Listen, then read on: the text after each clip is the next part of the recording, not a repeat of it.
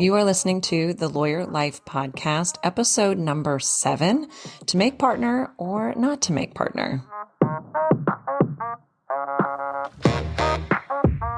Hey everyone, and welcome back to the Lawyer Life Podcast. I am your host, Autumn Noble. I am a practicing attorney as well as the founder of the Lawyer Life Collective, life and career coaching for lawyers.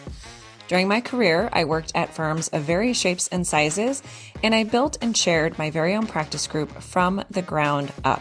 I've taught in business schools and law schools and eventually transitioned my practice in-house with a Fortune 300 company before leaving to build my own firm. Now I teach all of my clients how to do the same thing. If you want to learn how to build your practice and client base, establish some independence, find more time, get more done, or generally just find more happiness and balance in your life, welcome. You are in the right spot. If you're new here, thank you for joining us. Be sure to check out the first few episodes as well as the show notes to get access to some additional information about this episode and the work we are doing in the collective. If you've been here all along, I appreciate you and welcome back. Today in this episode, we are talking about making decisions and specifically whether or not to pursue partnership. We talk a lot about making decisions in coaching sessions, and today's topic is one that many of us grapple with at some point in our careers as we wonder, do I want to do this forever? What would that look like? In every moment of every day, we're making decisions. We decide where to direct our attention. We decide when or if we should take a break. We decide whether to answer our phone calls or to respond to our emails. Most of us make those decisions automatically and without much thought. But what about those decisions that really feel like decisions? The types of decisions that keep you up at night with anxiety, or they rob your afternoon of several hours spent fretting over all of the options. When it comes to big decisions, what is the best approach? That's what we're going to unpack today. As women and as attorneys, we are really good at following instructions. We received a guidebook on how to become a successful attorney, and we executed all of the steps. The LSAT, law school, the bar exam, clerkship, summer associate programs, the first big job, all of that stuff. The next ingredient in this perceived recipe for success is a pretty big one, and that's to make partner or to not make partner. It's really rare that I meet an attorney who is not plagued by this question. Once you get to a certain point in your practice, you can't help but wonder what is next. Whether or not to make partner often looms large on the horizon as we struggle with the demands of practicing law. The wondering often sounds something like this. If we're not here to make partner, then what is all of this for? But if we do make partner, what does that even mean? And what does that look like? In coaching, we often talk about decision-making in several contexts, but today I want to focus on the actual steps to evaluating and making a decision. So here we go. Step number 1, take the decision off of the pedestal. Many of us have struggled with decision paralysis from time to time because we put these decisions on a pedestal. We allow them to loom ahead of us like these giant crossroads in our lives. We first have to recognize that we're making this decision way too powerful. One decision will not make or break your entire life. In order to move forward, you have to separate the facts from your primitive brain thinking and kind of fear-based worries about the importance of this decision. So first we have to recognize the thoughts that we're choosing. They're just that. They're just thoughts. When we focus on the facts of the situation, the facts around the decision, and examine how else we could be thinking about them, it allows that decision to become a little bit simpler and come down from the pedestal. So for example, consider if you're thinking some of these thoughts. I need to decide if I'm going to make partner because that will change everything. I'm running out of time to make partner.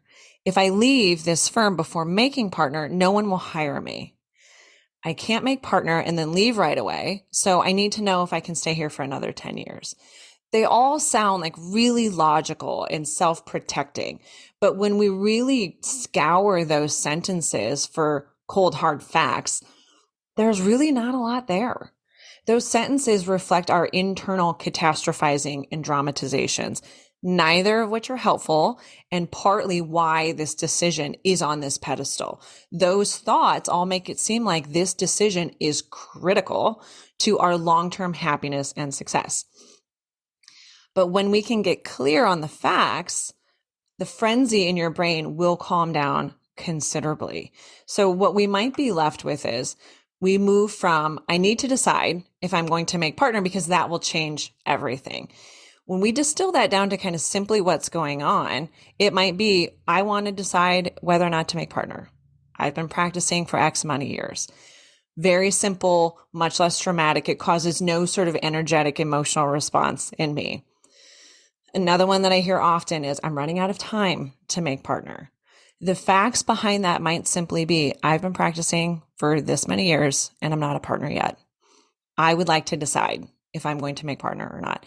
Again, very simple, much less dramatic and sexy than those other thoughts that have been kind of running the show.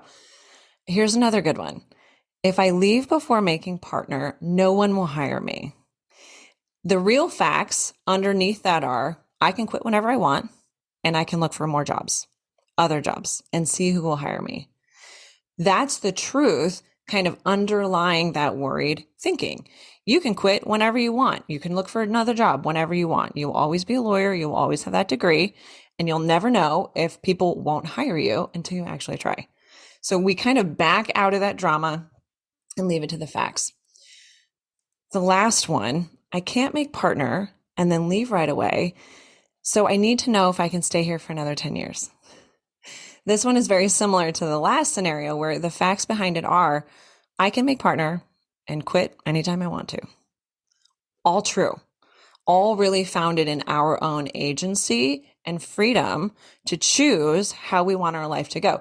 The other thinking is really ripe with victim mentality and like kind of the stuckness. And when we distill it down to the facts, we really are left with our own power and authority and ability to choose to do whatever we want to do.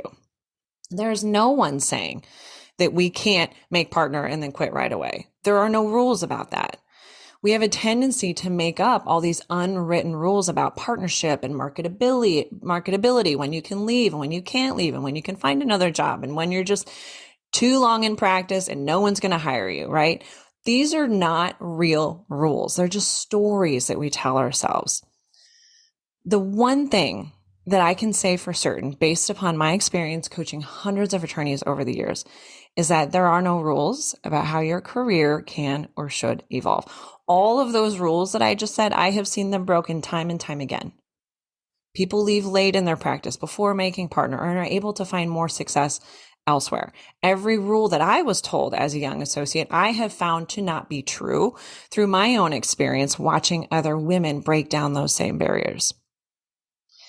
All of those thoughts, all of those rules, they're choices available to you. And you can decide if you just want to let them be stories and opinions, or if you want to make your own path and write your own story based upon your experiences. When it comes to decisions, there are choices available to us, and then there are stories and opinions that people will offer you about those choices. Stories and opinions are not facts, and we don't have to believe them.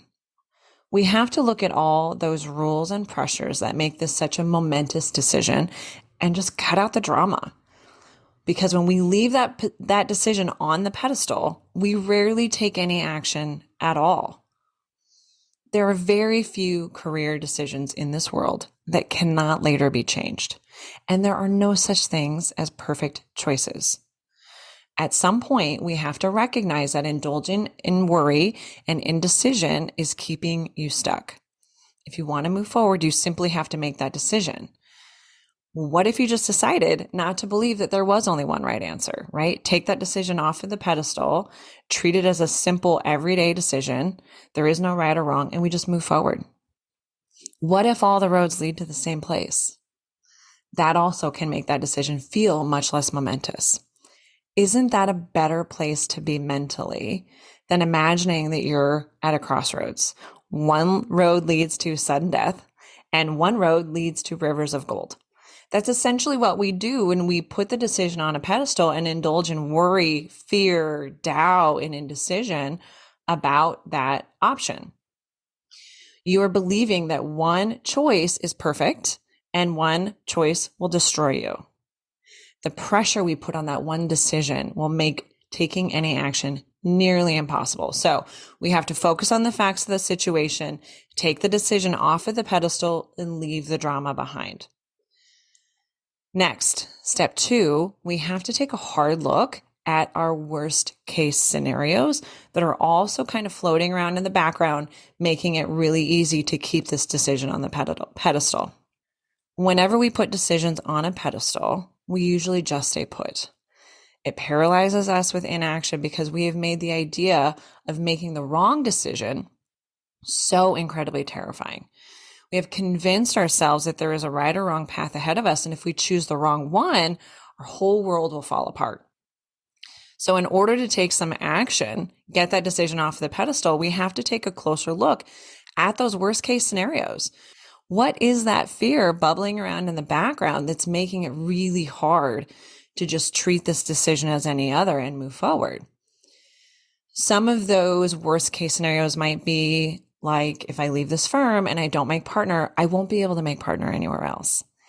If I don't make partner before I have kids, I'll never be able to make it work. If I don't make partner, no one will respect me. If I don't make partner, my career at this firm is over. If I leave without making partner, no one will hire me. When we look at those worst case scenarios, we can see that at the root of all of them is fear of failure. That if we make the wrong choice, that mistake proves that we aren't good enough, we aren't smart enough, we can't do this, and that our career is a total failure. But what if we looked at all of those worst case scenarios as simply a combination of two things: obstacles that we can navigate and negative self-talk that we can address? We don't have to allow our brains to tell us that if we make the wrong decision, not only will everything fall apart, but that mistake then proves something negative about ourselves. We aren't good enough. We aren't smart enough. This is never going to work. Instead, we can take a long, hard look at the worst case scenario and decide how you would handle it and what you would make it mean if it happened. In doing so, we rob the worries of all of their power, and we turn those worst case scenarios into obstacles that simply need to be overcome. For instance, if you left the firm without making partner, how could you go about seeking partnership elsewhere? How could you make that an inevitability for yourself? It becomes a problem to be solved rather than a reason not to act.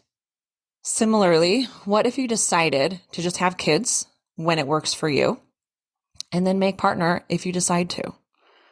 What would you do to make that work? Could you figure that out? What could that look like? Again, we're switching over into strategizing rather than letting that worst case scenario fear be an obstacle and a dead stop. That worry about, well, if I don't make partner, no one's going to respect me as a good lawyer, someone who knows what I'm doing. That becomes, how can I garner respect amongst my peers, even if I'm not a partner? Again, something to be solved, something to be navigated rather than a reason not to act. All of those worried thoughts, all of those worst case scenarios, I'm going to be a failure, no one's going to hire me, all of those things can simply be converted into, these are nasty things I'm not going to say to myself anymore, and the rest of it is just an obstacle that I can strategize around. It makes it no longer a reason not to act. When we turn them all into questions and simple obstacles, they seem a lot less scary. And if our worst case scenarios were no longer scary, we no longer have a reason to fear taking action, which brings us to step number 3. Get clear about why you are acting or not acting.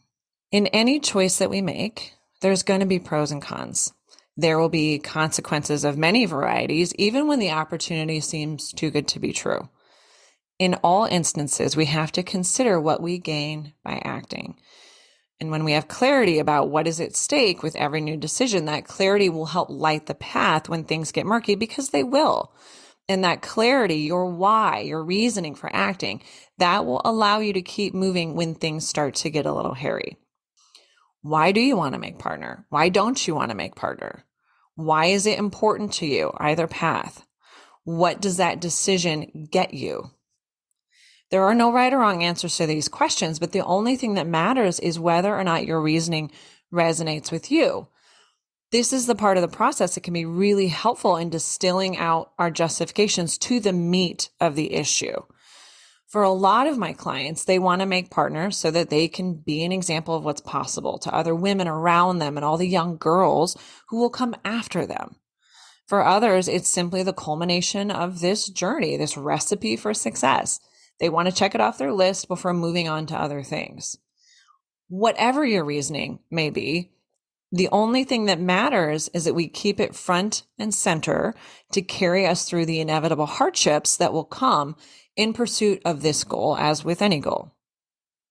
When we know our reason for acting or not acting, it will help us do the hard things that can be asked of us as we move on to the next leg of the trek.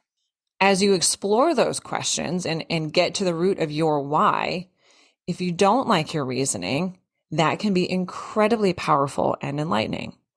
For instance, if you're really finding that your reasoning is, I want to make partner because I feel like I should.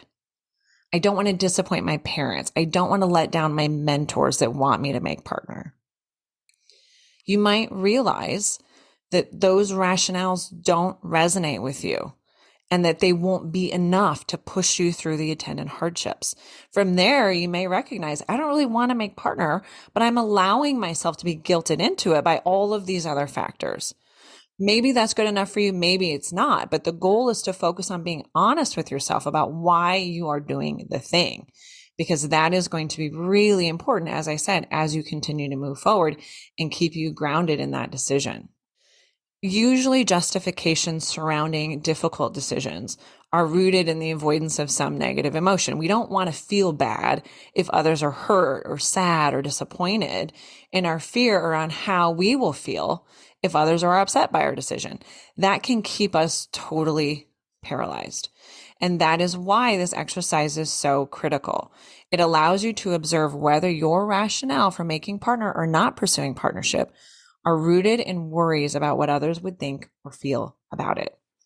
And from there, you can simply decide if that reasoning is good enough for you or not. Once we are clear about our justification for acting, we can just execute on the decision. But first, step number 4, we embrace all the fear that goes along with it. Taking action is not always going to feel good. Even when we're connected with our true intentions and we know our why, it doesn't mean it's going to be smooth sailing. Fear, self-doubt, and guilt are all part of the bargain when we choose to make changes. Those feelings don't mean that you're making a wrong decision. Choosing to make partner or not is always going to come with some second guessing and judgment from those around you. Know that that is just going to be part of the deal, and the discomfort that comes from their responses is also part of the deal. That's what we sign up for when we choose to honor what we want and take action toward that goal. It's not fun to tell your firm, no, I don't want to pursue partnership at this time. I don't think it's the right fit for me. Or yes, I want to make partner. Both conversations are going to be challenging in their own way. That is why we have to be connected with our truest motivations and remember our why we have chosen that particular path. Next, step 5, we commit to having our own backs. Part of the reason that we avoid making decisions is because of how terrible we are to ourselves when a decision doesn't work out how we imagined. We beat ourselves up. We judge our past actions. We rewrite history to make ourselves feel even worse. If you can commit to making a decision and having your own back, no matter how it plays out, what is there to be afraid of? We've already tackled the worst case scenarios. Now we just have to decide how we'll treat ourselves if it doesn't go the way we wanted it to. At this point, we've made a choice and we're moving forward. This step requires us to commit that no matter what happens, we will not judge our decision. We trust that we make decisions with the best information available to us and for reasons that resonate with us, and that is enough. If you decide to change your mind in the future, that's okay. Just commit to having your own back. That means that if your choice doesn't pan out the way you wanted it to, you aren't going to indulge in guilt or self-judgment. You aren't going to wade through the past, shoulda, coulda, woulda-ing yourself to death. We just have our own back. We be a good partner to ourselves. And we trust that we made the right decision for ourselves at the time based upon all the information available to us. And we're not going to judge it or second guess it. We have no idea how any of those other options would have panned out if we had decided differently in the past. So we can't use any future surprises as an opportunity to soothsay. Don't pretend that you knew this wasn't going to work out and start beating yourself up. We just commit to having our own back and trusting ourselves. Part of the reason that we avoid making decisions is because of how terrible we are to ourselves when a decision doesn't work out how we imagined. We beat ourselves up, we judge ourselves, we rewrite history, and we just feel terrible. So if you can commit to making a decision, having your own back, no matter how it plays out, there's nothing left to be afraid of. We know that this may simply be another obstacle to navigate, another challenge to be resolved, and nothing more. Why is this so important? As I mentioned in episode 4, one of the reasons that we struggle in law is that we don't have any clear direction. We don't know what we want, and that kind of eats away at us. We judge ourselves for not knowing the answers about where we want to be in 5 years, and that judgment just boils below the surface. Part of the reason that we use these tools to get some clarity around what's next, whether that is partnership or any other decision, is to release some of that pressure around what's next. It allows you to constrain your focus and free up your energy to exploring your path and your current choices without all of the pressure to have it planned out 100 years down the road. What this means is that no decision has to be forever, but there is freedom and release that comes from making a commitment for a specified period of time and then releasing your energy around the decision. If you find yourself feeling pressured to make a decision about your future, I really encourage you to work through these steps, make a decision, and then commit to revisiting the decision in the future. 6 months, 12 months might be a good place to start. But once that decision is made, we can allow ourselves to move on. Focus our minds elsewhere for that stated period of time. Imagine what it would be like to free yourself from obsessing about a decision during that time. Where else could you focus your energies? It allows us to be present with the decisions that we are making every day and let that other decision just float for a while, knowing that we will come back to it and revisit it in the future. Decision making is truly a huge part of my coaching practice. I work with all of my clients to examine and execute on big decisions, including whether to file for divorce, quit the job, fire the paralegal, or make partner. If you are contemplating a big decision, I encourage you to schedule a consultation. There's a link in the show notes and get some time with me to find some support and some clarity. So to recap, take that decision off of the pedestal, cut out the drama, and get it very clean and simple. Step 2, we look at that worst case scenario and start seeing it as simply obstacles to be navigated. Step 3, get really clear about why you are acting or not acting. What is at the root of the decision that you're making? Step 4, embrace the fear.